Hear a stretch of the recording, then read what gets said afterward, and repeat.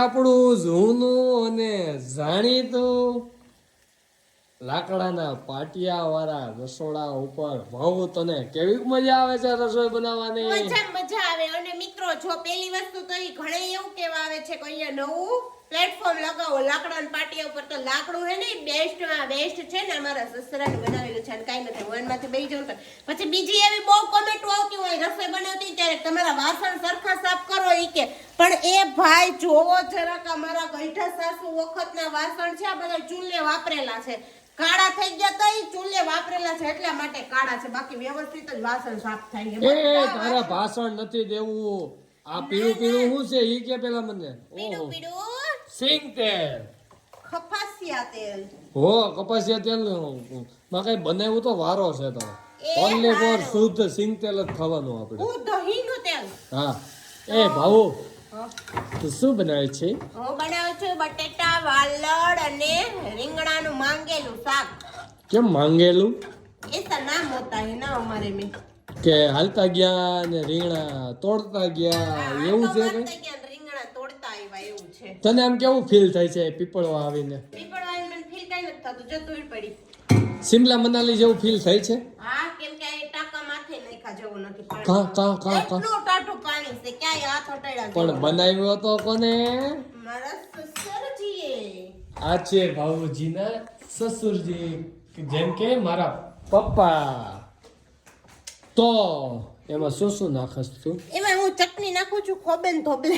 ખોબલે ને ધોબલે ચટણી નો નાખવાની હોય. ધાણા જીરું નાખું છું ખોબલે ને ધોબલે. અને મીઠું તો માપે જ નાખજો. મીઠું નાખું ખોબલે ને ધોબલે.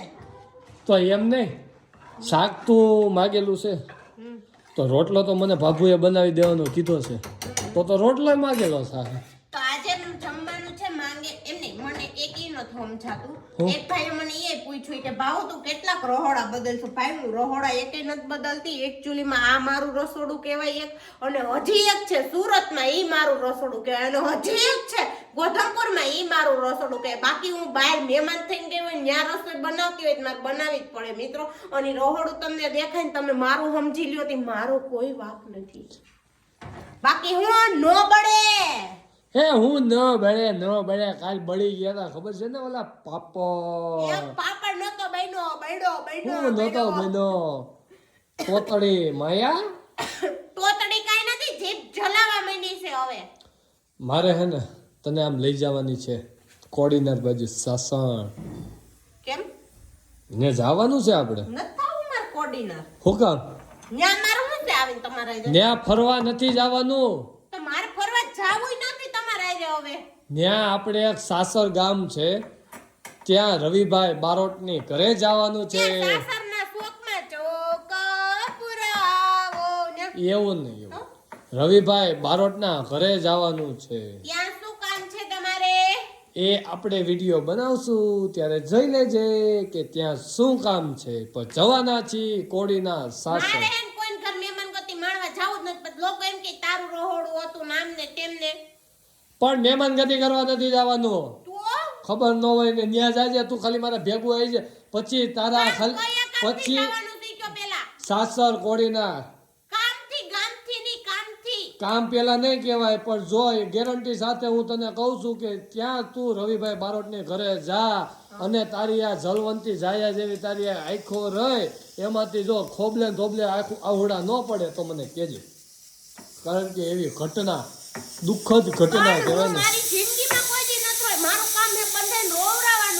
હા પણ તે બધાને અત્યારે લગી આખા ગામમાં રોઈતો ને પણ એ દ્રશ્ય જોય એટલે તને ખુદ ને રડવું આવી જશે. તો આપણે જવાના છે ક્યારે એ હજી નક્કી થયું નથી. એટલે નક્કી થાય પછી તને પણ જવાનું છે એ વાત ફાઇનલ છે. એ મને નથી ખબર છે. તો પછી ખબર છે તો હું કામ પૂછશો મને?